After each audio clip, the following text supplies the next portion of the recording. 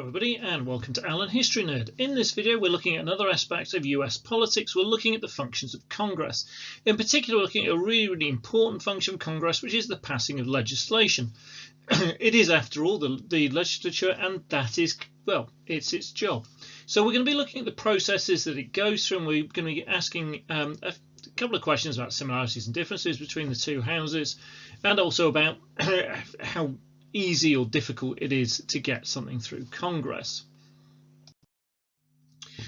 So in terms of the A-level specification, we're looking at 2.2.2, functions of Congress, the legislative, and we're looking at two of the three bullet points in that bit. We're looking at the legislative process, including strengths and weaknesses of this process, and the differences between the legislative process in each chamber.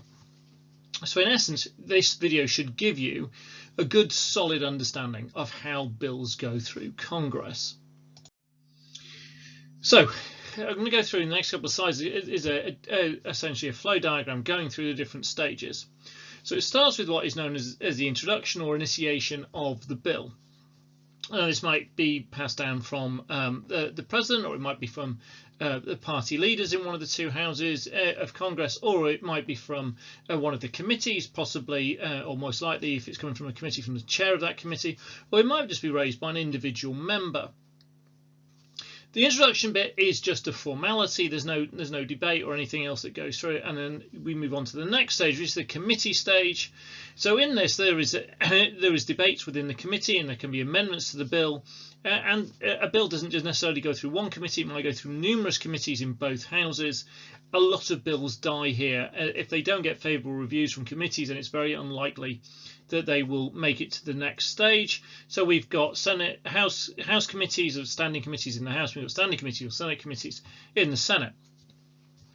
If it makes it through, then the next stage is timetabling, or often referred to as scheduling, and this is a decision whether the bill will pass the full chamber for a full debate. To get onto the floor in the House, it has to go through the House Rules Committee, which makes that committee particularly powerful. To get it on the Senate floor, they normally use something called a unanimous consent agreement, where essentially they bypass various parts of procedure because a majority and a minority leader might get together and go, look, I think we should have a debate on this on the floor.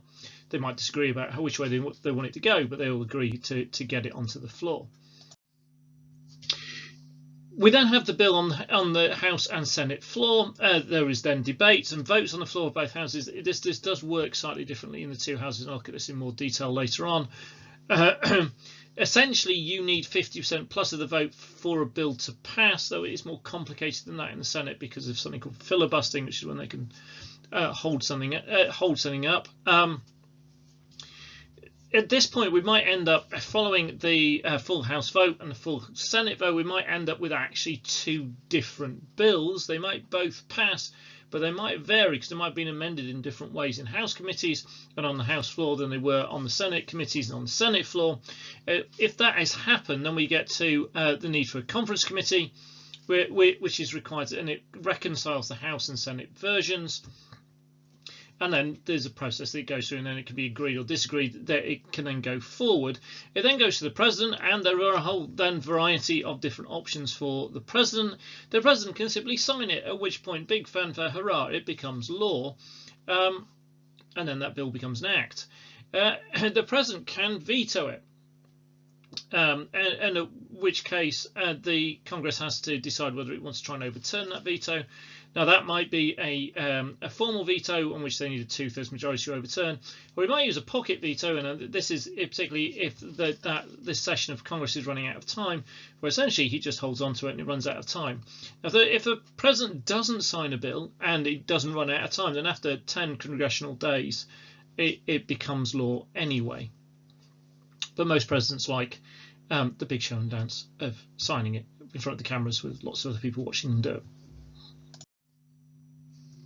So, well, what kind of chance does a bill have of going through all of this? Because, as I've just shown, it's quite a long and difficult process. Well, the answer is not a huge amount, to be honest. So So in a Congress, which lasts for 2 years, there are a huge number of bills.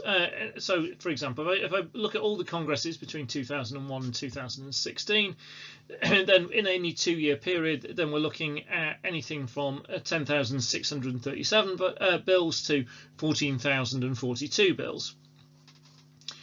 The numbers that passed with any of those Congresses ranges from just 284 to 504. So the best percentage of success on bills was under 5%, and in some Congresses it was even worse than that.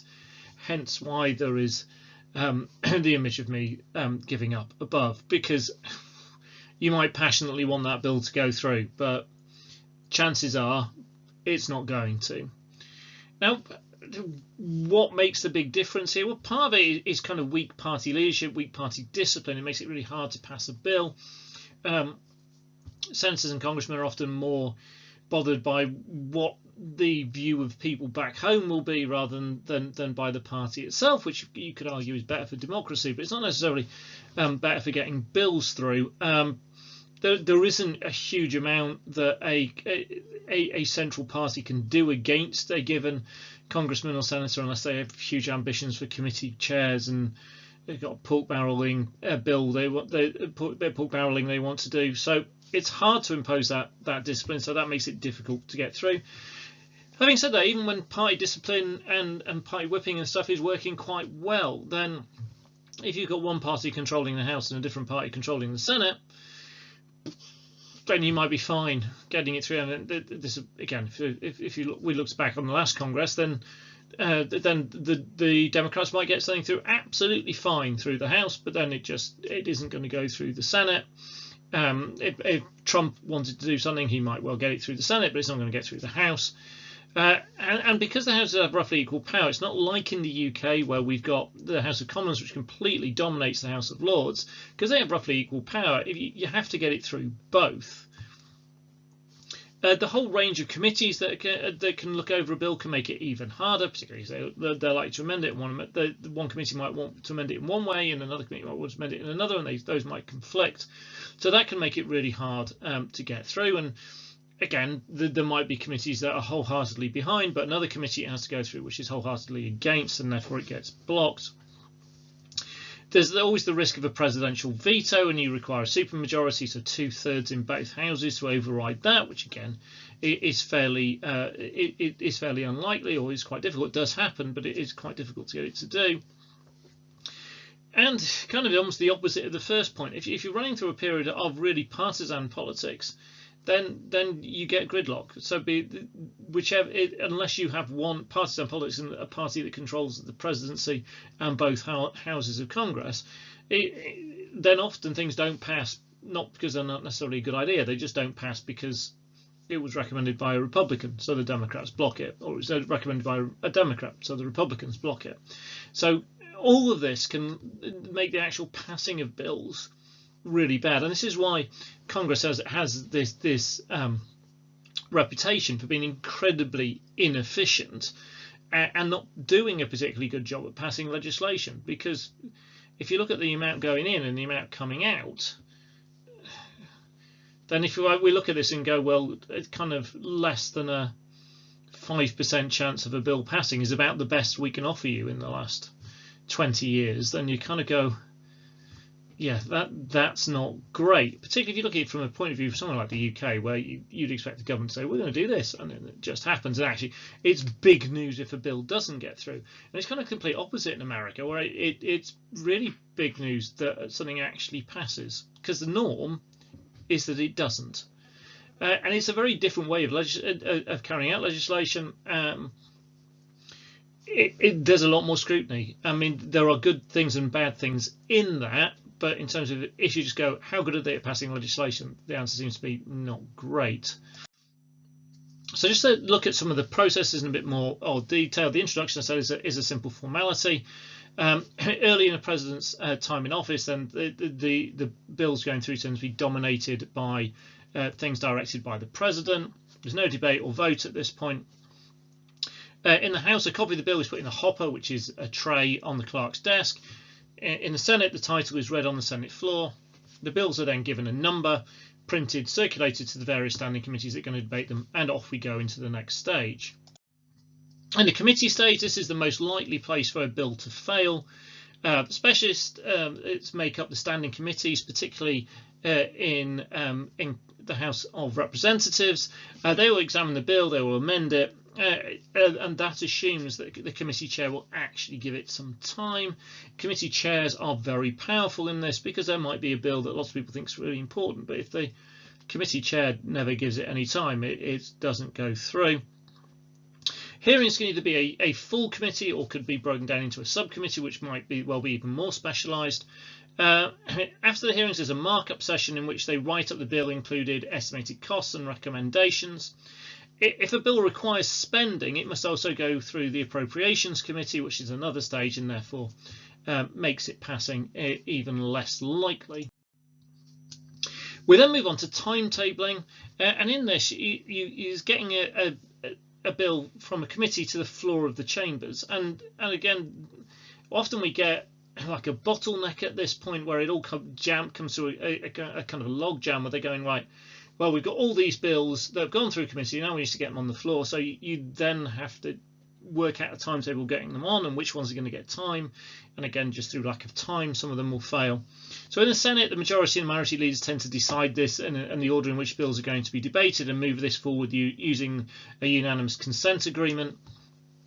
In the House Rules Committee, and again, this makes this a very powerful committee, prioritises the bills and acts as like a gatekeeper, and this means that they dictate what gets debated.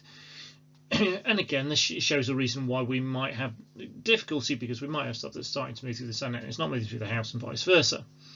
Members of the House can challenge decisions made by the House Rules Committee. They can put up a discharge petition to try and make it so a bill does get some time, does get onto the floor. They need an absolute majority in the House to get this through. So an example of this would be the 2002 Bipartisan Campaign Reform Act, which was locked off the floor, and then the discharge petition got it onto the floor. So we then go to the floor, and we're going to have a debate and a vote. Further amendment can be added and voted on, though that is more likely in the Senate than is in the House, because a lot of House bills go through with a close rule which blocks off any further amendments at this point. It can be, and if it's something really uncontroversial, something that is just going to fly through, it can just be a voice vote where you just go aye or no. Normally it's a recorded vote, in which case if you have a look inside Congress and watch it, then they have buttons on their desks, and they can record their vote electronically. In the Senate, there's a roll call. They call out the senators' names in alphabetical order, and they respond and say how they would like to vote. The idea is that both mechanisms take no more than about 15 minutes. Something that is different in the Senate, you get the use of the filibuster, and this is just when someone tries to talk a bill out. So they will just talk. And they can talk for inordinate lengths of time. They don't necessarily actually have to stick to the topic. They can do anything. There's been people who've read parts of the Constitution out, people who've read from the Bible, people actually who've read from phone books, just to hold something up. One of the most remarkable ones in kind of modern history is Ted Cruz, who spoke for over 21 hours in 2013 to hold up the Affordable Care Act. Now, filibustering is obviously hugely frustrating and really quite anti-democratic. Now, it can be ended by a cloture or cloture petition, and this is signed by 16 senators and then voted for on getting the vote of 60 out of the 100 senators. It was often referred to as the nuclear option, which is added by Democrats to reduce this to only need to be a simple majority, 51 of the 100, for nominations, following the frustration of filibustering used to block Obama's appointments. In 2017, the Republicans changed the rules to stop filibustering at all on Supreme Court nominations, hence why Trump was able to get his final pick of the Supreme Court through quite so quickly. Now, if a if a bill passes in both houses, it might go to the conference committee to reconcile the differences between it, because you might actually end up with two slightly different bills because of different stages. This has been in decline, the use of this since '95. Especially, it isn't really needed when the same party controls both houses, but again, that isn't the situation at the moment. We then get on to the presidential action, and again, there are the various bits that they can do. So they can sign it, which often turns into a big event, which you can see why it's a big event in the States when you see how few bills go through. They can just leave it on their desk. So if the president doesn't like it, but doesn't really want to risk the conflict with Congress and thinks that them vetoing it will be pointless because they'll just get their veto overturned, then they can just leave it on their desk. And again, they don't want the fanfare, they don't want to be associated with it particularly.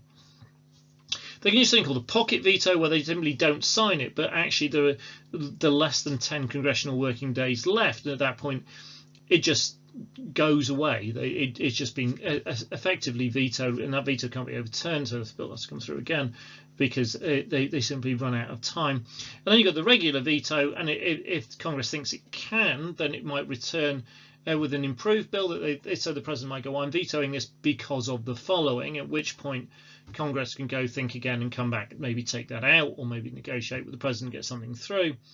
And we see this to and froing between Congress and the president a lot. I mean, we saw it, for example, over budgets with Trump, and the failure of it ended up to the 35-day lockdown. The other option they have is to override the president's veto, but they need 2/3 majority in both houses to do that. And the final option is they just accept this bill as defeated. They got it through, the president vetoed it. They're not going to get 2/3 majority to overturn the veto. The president and them are not going to be able to find common ground, and that bill is just dead. So are there differences between the processes in the two chambers? Well, yes, there are some. I mean, time is an issue in a number of ways. First of all, the 2-year term of members of the House of Representatives means that the time is quite pressing for them. If they want to get things done, they have to get it done in a hurry, whilst the senators were elected for 6 years, it's less so. And this fits in with some of the procedures in the Senate as well. Actually, time is very different when it comes to the debates. We have a limit to an hour and a strict limit on speech length in the House. There's no limit in the Senate, and the lack of necessarily urgency of getting things through. We see the filibustering, which is a Senate thing rather than in the House. Specialism brings difference because in the House you've got 435 members. You're only going to be a member of one committee, and therefore you tend to get people on committees on things that they know a lot about or are particularly interested in. They become experts on it quite quickly. Whilst in the Senate, then there's far fewer people, there's only 100, and therefore you tend to open on 2-3 committees, and there's a lesser degree of specialism. People tend to be more generalists. Money bills, all revenue bills have a second reading in the House only, and they originate in the House, so it's different on finance bills. They're different on if there's a tied vote. So if a vote is tied in the House, it's defeated, it loses. In the Senate, if it's tied, then the VP casts a deciding vote. And again, this is really why the runoffs in Georgia just in January 2021 are going to be so important, because we could end up with the numbers even. Size is one of the most obvious differences, because you've got 435 in the House, only 100 in the Senate. It's much easier to keep a track on voting intentions and stuff like that in the Senate than it is on people in the House. And again, things like caucuses and things like that can be very important in the House, where you're dealing with big blocks of votes. On amendments, when it comes to debates on the floor, we see use of the close rule in the House, but not in the Senate. And there is a discharge process in the House, which makes it harder for a committee to stop a bill reaching the floor. There's no such process in the Senate, so it's easier for a Senate committee essentially to kill a bill.